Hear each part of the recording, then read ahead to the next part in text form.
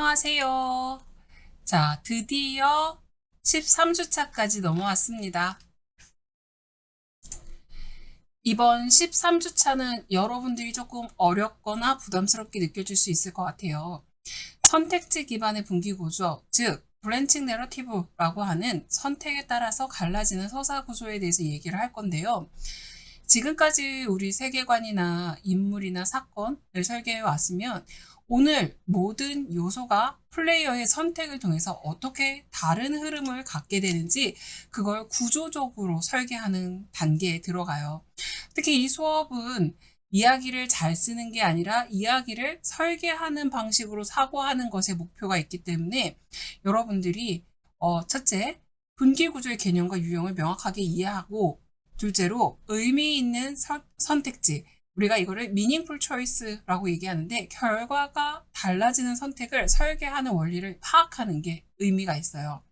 그리고 나서 이 모든 내용을 플로우 차트, 흐름을 시각화한 도식을 만드는데 이제 주력을 하게 될 거예요.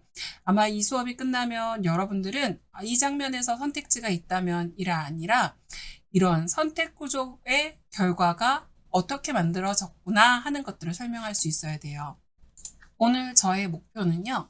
우선 분기구조의 개념을 정확하게 이해시키는 거예요. 우리가 흔히 선택지가 있으면 다 분기다라고 생각하지만 이론적으로 분기구조에는 선형구조, 트리구조, 허브구조처럼 서로 다른 설계 방식이 존재합니다. 자, 그리고 두 번째로 선택이 스토리와 시스템에 미치는 영향을 분석할 수 있는 능력을 갖춰야 돼요. 선택은 단순하게 이벤트가 아니고 이야기의 흐름, 캐릭터의 관계, 게임의 보상 구조까지 바꾸는 설계 요소입니다.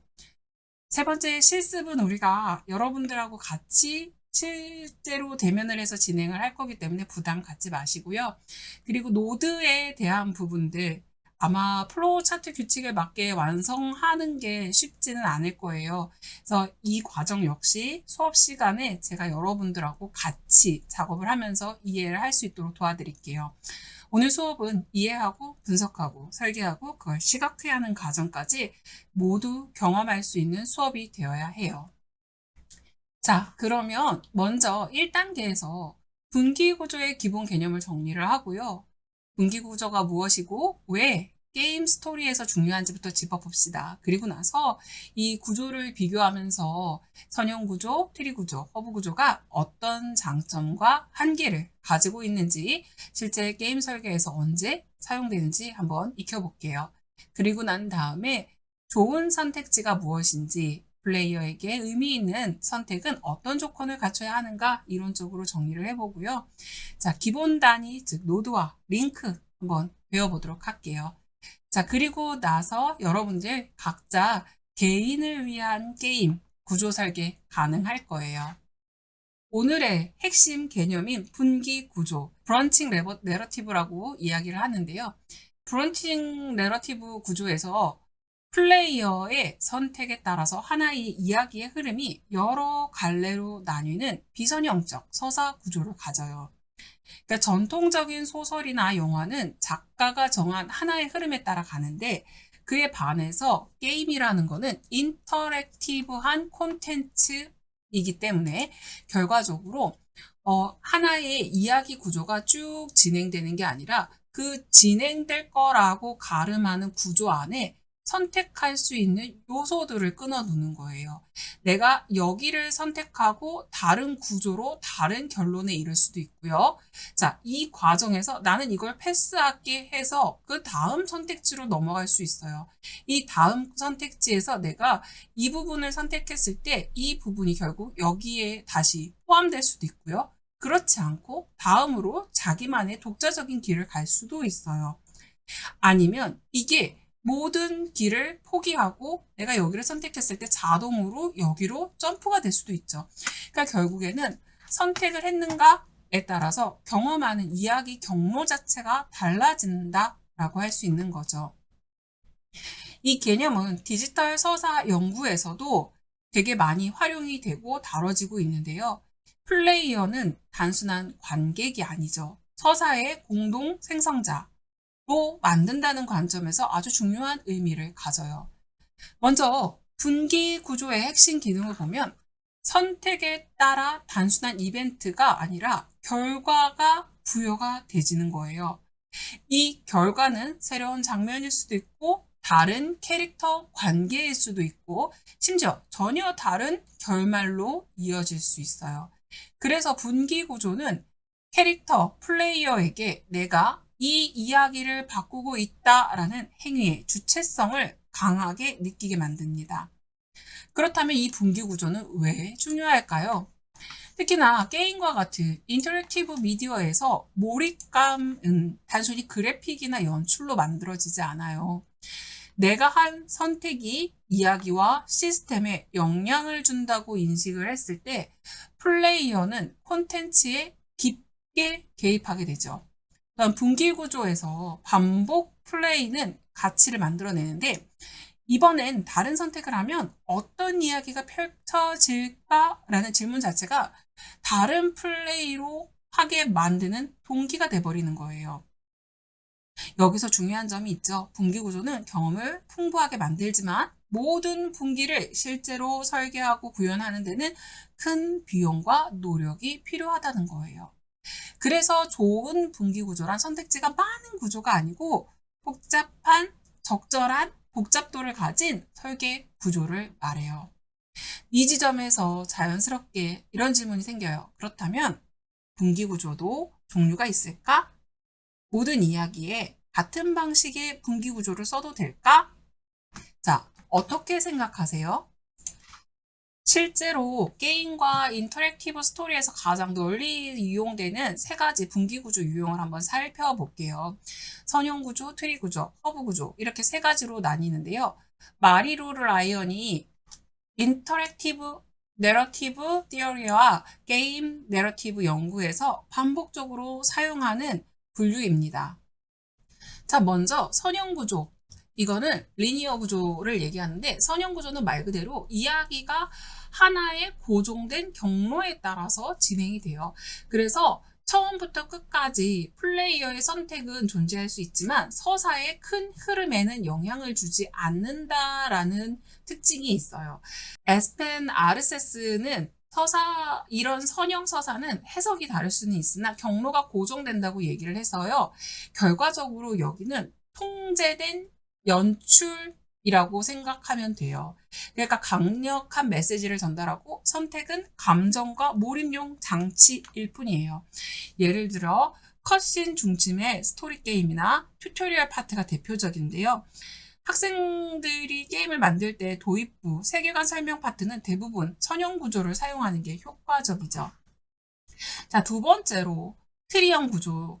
트리형 구조는 하나의 시작점에서 출발을 해요. 하나의 시작점에서 출발하지만 플레이어가 어떤 선택을 하느냐에 따라서 이야기가 나뭇가지처럼 계속 쪼개져요. 계속 분기화되고 그러다 보니까 이거는 선택이 곧 서사의 경로를 생성하는 구조가 돼요. 그래서 선택의 결과가 명확하고요. 다중 엔딩이 가능해요. 플레이어의 책임감이 강화돼요. 대표적으로 비주얼 노벨, 아니면 선택 중심의 RPG, 또는 엔딩이 중요한 스토리 게임 이런 것들이 있겠죠. 그러다 보니까 이 구조는 분기가 늘수록 콘텐츠의 양이 기하급수적으로 증가해서 제작상에도 한계가 많아요. 자, 허브형 구조 같은 경우는요, 사건 중심 또는 공간 중심, 그러니까 특정한 허브 공간이 있어요. 그리고 거기를 중심으로 분기 콘텐츠를 경험한 뒤에 다시 나갔다가 다시 돌아오게 만들어요. 그래서 이 게임 시스템은 보통은 콘텐츠를 재사용하거나 비선형 탐험을 제공하거나 제작 효율과 자유도의 균형을 제공하는 방식으로 운영이 되는데 우리가 흔히 얘기하는 오픈월드 게임, 메인 퀘스트에서 서브 퀘스트가 나뉘는 구조가 대표적으로 허브형 게임이에요. 이 여러분이 기획하는 게임에도 분명 사건 하나, 선택형 에피소드 방식은 현실적인 설계 전략이 될 거예요. 그렇다면 이 세 가지 분기가 각각 어떠한 역할을 하고 있는지 좀 비교를 해서 보면 좋을 것 같은데요. 어떤 구조가 더 우수한가가 아니라 어떤 목적에 어떤 구조가 적합한가를 비교해 볼게요. 우선은 첫 번째 비교 기준은 저는 플레이어의 자유도입니다. 기본적으로요, 선형 구조, 자유도가 매우 낮아요. 왜냐하면 경험이 어떠해요? 경험이 동일해요. 근데 여기는 단일 경로이기 때문에 메시지가 아주 강력하게 들어가져요. 자, 반면에 트리온 구조는요, 자유도 매우 높아요.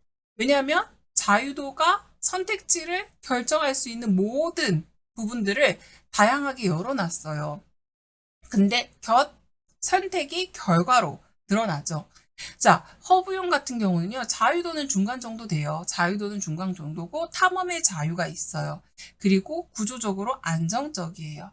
즉, 자유도를 최우선으로 한다면 트리형, 통제된 경험을 원한다면 선형, 그 다음에 균형을 원한다면 허브형이 맞겠죠. 자, 그러면 제작의 난이도는 어떨까요?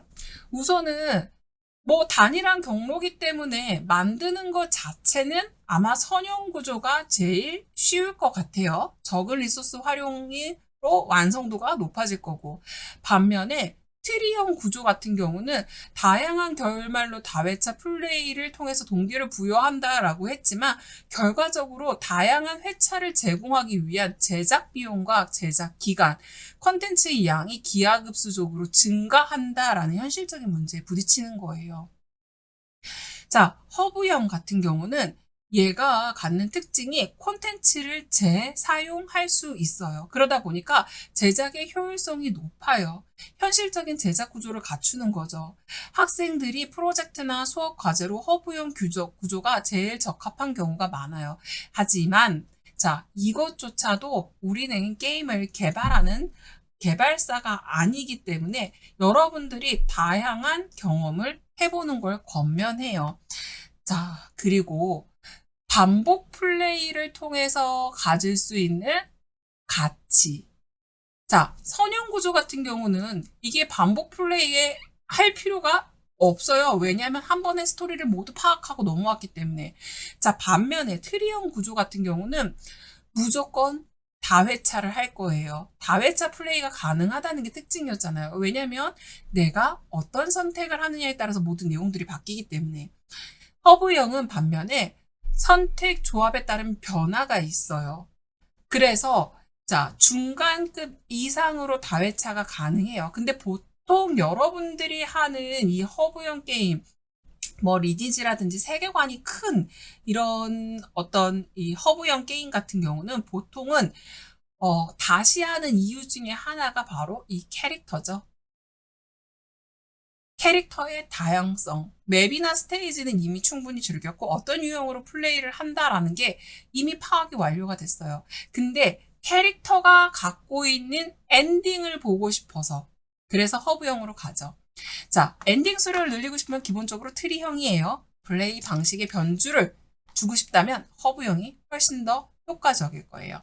자, 정리를 하자면 분기 구조는 단순한 형식의 문제가 아니라 게임의 메시지, 제작 여건, 플레이 경험 이 모든 게 동시에 결정되는 선택입니다. 이제 분기 구조가 대충 어떤 유형이 있는지 살펴봤으니까 중요한 거는 분기가 무엇으로 만들어지는가 그게 바로 핵심 선택지에 대한 얘기예요. 자, 분기 구조에서 선택지는 단순히 다음 장면으로 이동하는 버튼이 아니라는 거. 플레이어와 게임 세계가 상호작용하는 가장 핵심적인 인터페이스예요. 자넷 머레이는 인터랙티브 서사의 핵심 조건, 즉 플레이어가 자신의 행동의 의미가 있다고 느끼는 감각을 제시했는데 실제로 이 에이전시를 만들어내는 장치가 바로 선택지라는 거예요. 이 선택지는 첫 번째로 플레이어를 몰입할 수 있게끔 만들어줘요. 특히나 선택지가 존재하는 순간 플레이어는 더 이상 수동적인 관찰자가 아니라 뭐예요? 즉각적으로 개입하는 주체가 돼버립니다. 그래서 우리가 워킹 데드 시리즈 같은 거 보면 아이를 도울 것인가 규칙을 지킬 것인가 같은 선택지를 보면서 보는 것이 아니라 겪는 것으로 전환이 되잖아요. 자, 그리고 플레이어의 어떤 스토리의 방향을 결정하게 만들어줘요. 선택지어는 이야기의 경로를 나누는 분기점에서 작용을 하죠. 결과적으로 어떤 사건을 먼저 경험하는지, 어떤 인물을 적으로 돌리는지, 또 어떤 결말을 도달하게 하는지 이런 부분들을 결정하게 하는데 전통적인 선형 서사에서 작가가 독점하던 서사의 통제권이 이제 플레이어와 공유하는 방식으로 바뀌었다고 이해하시면 쉬울 거예요. 그리고 캐릭터의 가치관이 반영이 됩니다. 선택지는 단순히 A냐 B냐의 문제가 아니라 이 사람이 어떤 인물이냐라는 것들을 드러나게 해줘요. 그래서 선택이 누적되면 캐릭터의 성향이 형성되는 구조는 선택 자체가 결국에 캐릭터의 일부가 되어지고 맙니다. 마지막으로요. 게임 시스템과의 연결인데요. 좋은 선택은 스토리에서 끝나지 않고요. 전투의 난이도, 그리고 아이템의 획득, 능력치의 변화, NPC와의 관계, 이런 구체적인 게임 플레이의 결과로 나타나는 거죠. 이때 플레이어가 내 선택이 세계를 바꿨다라는 감각을 얻을 수 있게 되는 거예요. 즉, 선택지는 분기 구조를 작동시키는 엔진이고 플레이어 경험을 설계하는 핵심 도구라고 이해하시면 돼요. 자, 그럼 여기서 우리가 생각해 봐야 되는 건 모든 선택지가 다 좋은 선택일까요? 아니겠죠. 게임에서 흔히 실패하는 선택지는 어떤 걸 골라도 결과가 같다라는 느낌을 줄 때예요. 겉보기에는 분기처럼 보이지만 실제로 플레이어의 에이전시를 아주 약화시키는 요소입니다. 첫 번째 기준은 의미 있는 결과인데요. 선택의 결과로 스토리, 인물 관계, 게임의 상태 중 최소한의 하나 이상의 실질적인 변화가 발생을 해야 돼요. 예를 들어서 NPC를 살렸어요. 내가 만약에 이 NPC를 살림으로 인해서 이후 퀘스트에 NPC로부터 도움을 받아요. 내지는 NPC의 배신을 입을 수 있어요. 반대로 이런 루트들이 계속 완전하게 사라지지 않는 식의 변화가 계속 연장이 돼서 나타나야지 의미 있는 변화로 유저가 좋은 선택을 했구나, 내지는 유저가 이 스토리가 재밌구나 라고 느껴지는 거예요. 자, 두 번째는 차별화된 가치인데요. 좋은 선택의 정답은 좋은 선택지는 정답과 오답의 문제가 아니에요. 이거는 서로 다른 어떤 장단점을 지녀야 돼요. 자, 예를 들어 보상이 다르거나 아니면 리스크의 성격이 다르거나 그것도 아니면 감정적으로 느껴지는 무게감이 달라야 돼요. 시빌리제이션 시리즈에서 보면요. 단기 성장과 장기 안정, 이 사이의 선택이 아주 좋은 예시일 것 같아요. 자, 그리고 세 번째로 감정적 혹은 전략적 고민을 유도하고 있는가 하는 부분인데요. 선택을 하는 순간 플레이어가 잠시라도 멈춰서 이게 맞을까 고민한다면 이 선택지는 이미 기능을 하고 있는 거예요. 도덕적인 딜레마라든지 효율을 계산한다든지 관계의 갈등 같은 고민의 종류는 다양할 수 있어요. 자, 그리고 마지막으로 아주 중요한 기준은 무의미한 선택을 안 하도록 하는 거예요. 어떤 선택을 하든 결과가 같거나 이 차이를 체감할 수 없다면 플레이어는 곧 선택 시스템 자체를 신뢰하지 않을 거예요. 이 얘기는 흔히 환상 선택이라고 불러요. 이 환상의 선택을 할 때는 분기 서사에서 가장 경계해야 할 요소예요. 시스템이 어떤 선택을 하게끔 만들어줬지만 이거는 내가 무슨 일이 일어날 거라고 기대를 했을 뿐 그 기대에 부응하지 못하는 선택. 자, 정리를 하자면은요. 좋은 선택지란 많아서 좋은 게 아니고요. 의미가 있고 다르고 고민하게 만들며 그래서 결과가 달라져야 된다는 거예요. 이 기준을 염두에 두고 우리가 선택지를 어떻게 만들어 가야 되는지 고민해 봐야겠죠? 자, 그러면 분기 구조와 선택지에 대해서 살펴봤으니까 이제는 한 단계 더 나가서 실제로 우리가 설계할 때 무엇을 조심해야 하는가에 대해서 얘기를 좀 할게요. 분기구조는 이론적으로 매우 매력적이에요. 실제 개발 환경에서 창의성과 현실적 제약 사이의 균형을 요하는데, 첫 번째로 복잡도를 관리해야 해요. 분기의 수와 깊이는 결국 프로젝트 규모에 맞게 설계되어야 합니다. 하나의 분기가 추가될 때마다 스토리, 대사, 연출, 테스트, 버그 관리 이런 게 함께 증가를 하거든요. 특히 트리형 구조는 분기가 기하급수적으로 늘어나기 때문에 초기 단계에서 어디까지 확장할 건가에 대해서 명확하게 정리하지 않으면요, 스토리 관리 자체가 불가능해질 수 있어요. 그래서 실제 상업 게임에서는 완전한 트리형보다는 허브형이나 부분 수렴 구조가 훨씬 더 많이 사용돼요. 자, 두 번째, 타 시스템과의 연동. 이게 결과적으로 선택은 스토리에만 의미를 가지고 있는 게 아니에요. 선택은 결국 전투나 자원, 그리고 이 NPC와의 관계, 이 모든 것들이 다른 게임 시스템에 어떻게 연결됐는지가 중요해요. 선택의 결과가 게임 시스템으로 반영되지 않으면 플레이어는 선택을 형식적인 장치로 인식하게 될 거예요. 예를 들어서 내가 전투를 했어요. 근데 이 전투에서 이 결과적으로 A라는 캐릭터를 구조하는 데 목표가 있다고 합시다. 근데 내가 전투에서 승리를 했지만 얘를 구조할 것인가 하는 부분에서 구조를 포기하고 되돌아왔어요. 자, 그랬으면 구조를 했을 때의 상황과 하지 않고 복귀했을 때의 상황이 어떻게 달라지는지에 대한 설계가 명확하지 않다면 플레이어는 굳이 구조라는 목표를 달성할 필요성을 못 느끼게 되는 거예요. 자, 따라서 분기 설계는 반드시 시스템과 함께 병행돼야 하지요. 자, 세 번째는 결말과 연관성을 가져야 해요. 각 분기에 최종 엔딩이라는 게 있어요. 어떤 방식으로 영향을 미치는지 미리 설계되어 있어야 하고요. 모든 선택이 즉각적인 변화를 만들 필요는 없어요. 작은 선택들이 누적이 되면 엔딩을 결정하는 구조가 매우 효과적이니까요. 이것을 흔히 카르마 시스템이나 누적 선택 시스템이라고 부르는데요. 플레이어에게 이 자신의 플레이의 전반을 되돌아보게 만드는 힘을 가져요. 그리고 마지막으로는 선택지 간의 균형을 유지시켜야 한다입니다. 이게 특정 선택이 항상 더 좋은 보상이나 더 쉬운 방향을 보장한다면 이거는 선택이 아니라 그냥 공식이 되어버려요. 그래서 이 공식을 만드는 건 우리가 원하는 방향이 아니죠.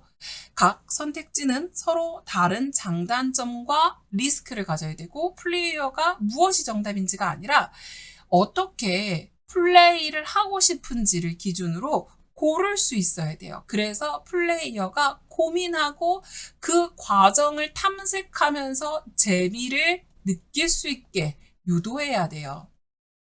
자, 정리할게요. 정리를 하면요. 기분 좋은 설계라는 거는 우리가 좋다라고 얘기하는 그 설계는 선택지를 많게 두는 게 아니에요. 관리 가능하고 시스템과 연결되고 결말을 향해서 수렴하고 또 선택 간의 균형이 유지되는 구조를 말하는 거예요.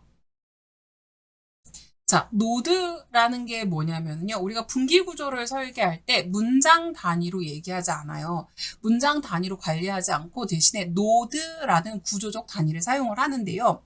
이 노드라는 것이 이야기나 게임 흐름에서 하나의 상태 또는 사건을 의미하는 최소의 단위를 얘기해요. 즉, 플레이어가 특정 지점에 도달했을 때 지금부터 벌어질 일이 무엇인가를 정해야 하는 시점이라고 할 수 있어요. 예를 들어서 하나의 노드는 특정 장면이나 이벤트 혹은 NPC와의 대화 상태 또는 퀘스트의 진행 단계 또는 선택지를 제시하는 분기점 이런 형태를 가질 수 있는데요. 중요한 점은 모든 선택지는 노드에서 발생하고 모든 결과는 또 다른 노드로 이어진다는 거예요. 이때 노드와 노드 사이를 연결하는 선이 바로 링크입니다. 자, 이렇게 생각하면 노드 분기 구조란 결국 노드와 링크로 구성된 하나의 그래프 구조죠. 선형 구조는 노드가 일렬 형태로 연결된 상태고 트리형 구조는 노드가 계속 분기되는 형태, 허브형은 노드가 특정 노드로 다시 수렴되는 구조라고 할 수 있어요. 이 실제 기획 단계에서는요, 이 노드의 텍스트만 관리하지 않고요, 플로우 차트로 시각화를 해요. 플로우 차트는 이야기의 흐름, 선택의 위치, 돌아오는 시점, 막힌 루트를 한눈에 파악할 수 있게 도와주는 도구예요. 간단하게 노드의 예시를 한번 들어볼게요. 자, 튜토리얼 부분은 스킵을 하고 지금 보시는 화면은요, 제가 임의로 만들어 놓은 게임의 플로우 차트입니다. 이 플로우 차트에서 여러분들이 이해해야 되는 부분들이 조금 있는데요. 먼저 세계관을 어떻게 정리해야 했냐 하는 부분이겠죠. 먼저 세계관을 설계를 했는데요. 이 세계관을 설계를 할 때 달의 문, 우선 키워드가 마법, 영웅, 폭풍, 문이라는 거였어요. 이 세계에서는 달의 문이라고 불리는 고대 차원의 문을 중심으로 발달을 했고, 자, 달빛 왕궁과 폭풍지대, 마법숲 이렇게 나뉘어져 있습니다. 그 다음에 주요 세력이 달의 문이 폭주할 때 마다 선택된 용사들, 그리고 실제로 주인공은 이 용사에 해당하겠죠. 평범하지만 위기 속에 잠재된 마법 능력을 갖고 있는 사람들이고, 자, 갈등의 구조가 왕국의 번영과 문이 가지고 올 재앙, 그리고 영웅들의 희생과 권력을 탐하는 자, 자, 이런 식으로 흐름이 나뉘어져 있어요. 자, 도입 단계에서는 축제가 열리고 폭발이 발생하고 영웅이 소환이 돼요. 그럼 결국에 이 게임 플레이에서는 단순한 튜토리얼에서 이 영웅으로 가지는 역할을 할 수 있는 기본적인 옵션 같은 것들을 제공을 하고 익히는 과정이고, 실제로 전개에서는 이 지역을 탐험하고 유물을 수집하고 성장을 하게 돼요. 자, 게임의 목표, 달의 문을 봉인하기 위한 고대 유물 3개를 수집하세요 라고 해서 지역별 던전 탐험을 하겠죠. 마법의 숲, 폭풍지대, 수정동굴. 영웅은 클래스별 특성이 다를 거예요.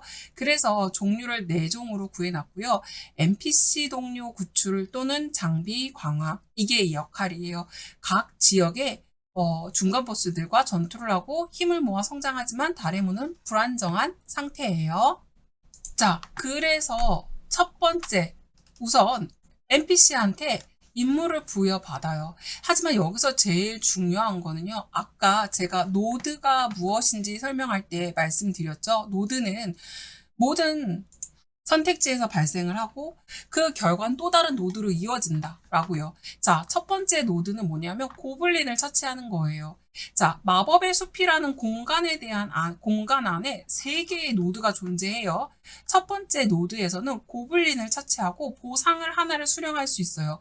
그 보상의 결과로 힘을 얻던, 지능을 얻던, 체력을 얻던 뭔가를 얻을 수 있다는 거죠.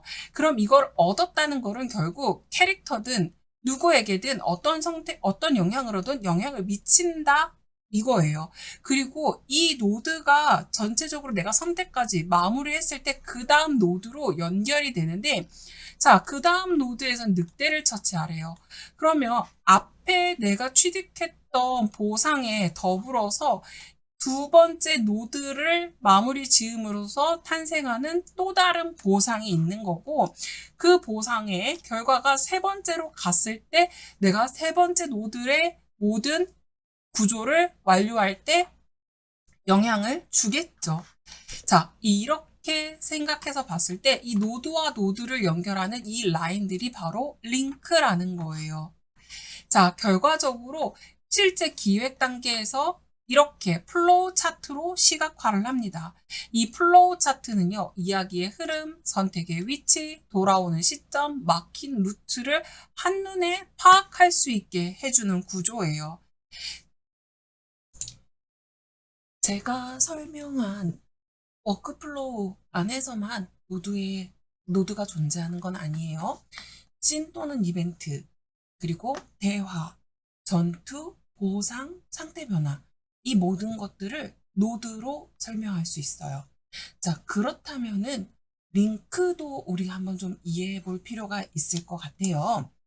자, 이야기나 게임의 흐름에서 하나의 상태, 하나의 사건, 단위가 노드라고 얘기를 했는데 이 노드에서 다음 노드는 어떤 기준으로 이동하는가?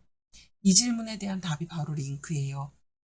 노드와 노드 사이를 연결하는 이동 경로이자 플레이어의 선택이나 시스템, 조건에 의해서 확장되는 흐름을 의미합니다. 즉, 노드가 무엇이 벌어지는가를 정의한다면 링크는 왜 어떤 조건에서 어디로 가느냐를 정의해요. 가장 기본적으로 링크는 한 노드에서 다음 노드로 이동하는 방향과 순서를 나타내요. 플로우 차트에서 우리가 화살표를 그리는 이유가 바로 이것인데요. 이 화살표 하나하나가 이 상황 다음에 이 사건이 발생한다라는 서사적, 논리적 약속을 시각화한 것이에요. 중요한 점은 링크는 단순히 선이 아니라 의미를 가진 이동이라는 거고 링크가 잘 설계되어 있지 않으면 스토리가 갑자기 끊기거나 플레이어는 왜 이런 결과가 나왔지? 하고 느끼게 되는 거예요. 분기구조에서 링크의 가장 중요한 역할은 선택의 결과를 명확하게 보여주는 것입니다. 플레이어가 분기에서 어떤 선택을 고르면 그 선택이 반드시 하나 이상의 링크를 통해서 특정 노드로 이어져야 돼요. 이때 링크는 단순히 A를 선택했으니까 B로 가자 이게 아니고요. 이 선택이 이런 결과를 만든다. 이런 인과 관계의 표현 수단이 될 거예요. 자원을 희생하는 부분을 선택했다. 그러면 안전한 경로로 이어지는 링크 또는 도덕적 문제가 있는 선택을 했다. 그러면 갈등이 심화되는 노드로 이어지는 링크와 같이 링크는 선택의 의미를 증명하는 장치가 되는 거예요. 링크는 항상 플레이어의 직접적인 선택만으로 발생하지는 않습니다. 게임에서는 종종 시스템 조건에 의해서 자동으로 결정되는 흐름들이 존재해요.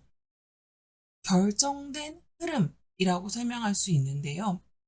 자, 여기에는 만약 뭐뭐라면 뭐뭐로 간다 라는 논리 규칙을 시각화한 것으로 시스템 조건에 따라서 자동적인 흐름이 포함된다 라고 했어요. 더 구체적으로 체력이 0이면 패배 노드로 이동, 특정 아이템을 이미 가지고 있다면 추가 선택지가 없이 다음 노드로 이동, 호감 지수 수치가 기준 이상이면 숨겨진 이벤트 노드로 연결. 이것처럼 만약 뭐뭐를 한다면 뭐뭐로 하세요, 뭐뭐로 가세요, 뭐뭐가 진행됩니다. 이 모든 구조가 링크를 통해서 구조화되는 거예요. 그러다 보니 링크는 스토리 규칙과 게임 규칙이 만나는 지점이라고 할 수 있습니다. 자, 정리해 볼게요. 노드가 이야기의 내용 단위라면 노드는 이야기의 논리와 흐름의 단위예요. 노드가 많아도 선택지가 다양해 보여도 링크가 설계되지 않으면 그 구조는 제대로 동작하지 않아요. 그래서 좋은 분기 구조란 노드가 많고 의미 있고 노드가 많기보다는 의미 있고 설득력 있는 링크들을 얼마나 잘 설계했는지에 달려 있어요. 그럼 이제부터는 이 노드와 링크를 이용해서 플로우 차트를 어떻게 구성해야 하는가에 대해서 얘기를 할게요. 누가 보더라도 이해가 가능한 플로우 차트를 어떻게 그릴까? 좋은 플로우 차트의 기준은 되게 단순해요. 설명 없이도 흐름이 읽혀야 한다는 거예요. 학생들하고 플로우 차트를 설계하다 보면 학생들은 저한테 끊임없이 내용을 설명을 해요. 하지만 플로우 차트는 내가 아니라 다른 사람이 보더라도 스토리의 진행, 선택의 의미, 결과 이 차이가 바로 파악될 수 있어야 돼요. 그러기 위해서는 자유롭게 그릴 것이 아니라 지켜야 할 기본 구조를 파악하는 게 더 중요하겠죠. 제일 먼저 모든 흐름에는 출발점이 필요해요. 노드는 이야기가 어디서 시작했는지를 명확하게 보여줍니다. 보통 원형 또는 타원형으로 표시를 하는데 플레이어의 첫 상태, 첫 상황을 의미해요. 시작이 불명확하면 플로우 전체가 읽히지 않아요. 그리고 난 다음에 이야기나 게임이 사건이 어떻게 발생하는가, 발생을 하거나 상태가 변하는 지점이 보일 거예요. 예를 들어 대화가 발생하거나 장소가 이동하거나 퀘스트를 수락하거나 전투 진입을 했다던가. 대부분의 노드는 이런 전개 노드로 구성이 되는데 중요한 점은 전개 노드는 선택이 아니라 상황이라는 거예요. 그렇다면 선택이 바로 이 플로우 차트의 핵심이에요. 어떤 행동을 할 것인가 결정하는 지점이며 이 지점에 반드시 2개 이상의 링크가 발생을 하겠죠. 선택을 했을 때와 안 했을 때 이렇게 2가지. 단순한 질문이 아니라 플레이어의 가치 판단, 전략 판단 이것을 요구하는 지점이 돼요. 이를 통해서 결과에 도달하게 되는데요. 중요한 것은 결과 노드는 반드시 선택과 의미적으로 연결되어야 한다는 거예요. 선택이 달랐다면, 결과가 같아 보인다면 이건 반드시 실패할 수밖에 없어요. 선택이 달라졌으면 당연히 결과도 달라져야 돼요. 자, 그리고 하나의 흐름이 끝나는 지점은 반드시 엔딩, 챕터 종료, 특정 분기가 완결이 돼야 돼요. 제가 지금 여기 전개라고 해놓은 부분을 보면은요. 자, 얘는 NPC한테 임무를 부여받고 마법의 숲을 진입을 했어요. 고블린을 처치했고, 그리고 난 다음에 늑대, 그림자 늑대도 처치했고, 목마까지 처치했어요. 그리고 난 다음에 NPC가 등장했어요. NPC한테 플레이어가 임무를 할 건지 안 할 건지, 다음 스테이지로 이동을 할 건지 안 할 건지 이 묻는 역할을 주었어요. 자, 그러면 이 모든 상황이 정리가 됐고 종료를 했다는 시그널로 NPC가 나온 거예요. 계속해서 진행을 할 거면 아마 자, 우리의 캐릭터는 다음 NPC가 폭풍지대 씬으로 보낼 거고요. 나 이제 그만할래요 라고 하면 마을로 돌아가서 자, 상점이나 신전, 성 내부, 성원, 성 중앙공원 등등의 스스로를 리플레시할 수 있는 공간으로 이동시켰을 거예요. 결국 종료, 하나의 흐름이 끝나는 지점, 여기에서는 이 선택이 여정의 여기까지다 라는 신호를 주는 거예요. 이처럼 우리가 분기를 두고 그 분기에 노드를 연결해서 링크를 통해서 전체적인 흐름을 파악을 했다면 여러분들 이제는 정리하는 차원에서 분기 설계가 게임에게 어떤 영향을 주는지 한 번 더 생각해 보면 좋을 것 같아요. 먼저 분기는 스토리가 유연해질 수 있도록 그 유연성을 증가시키는 역할을 해요. 단일 선형 구조에서는 모든 플레이어가 거의 동일한 흐름의 경험을 합니다.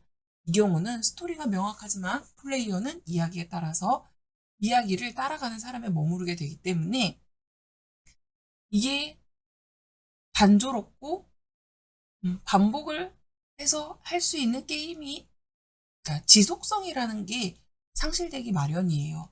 반면에 분기 구조에서는 이야기가 하나의 정답에 고정되어 있지 않아요. 어떤 선택을 했는가, 어떤 행동을 했는가, 또 무엇을 포기했는가 이런 요소들이 조합되며 플레이어마다 서로 다른 버전의 이야기를 만드는 거죠. 결과적으로 스토리는 미리 완성된 결과물이 아니라 플레이어를 통해서 플레이를 하면서 생성되는 구조가 되고 자, 반복되는 플레이는 동기를 강화한다라는 거 잊으면 안 돼요. 아까랑 다른 선택을 했으면 무슨 일이 벌어졌을까? 이 궁금증이 새 회차 플레이를 유도하고 엔딩을 수집하게 만들고 선택 결과를 비교하는 행동으로 이어지게 됩니다.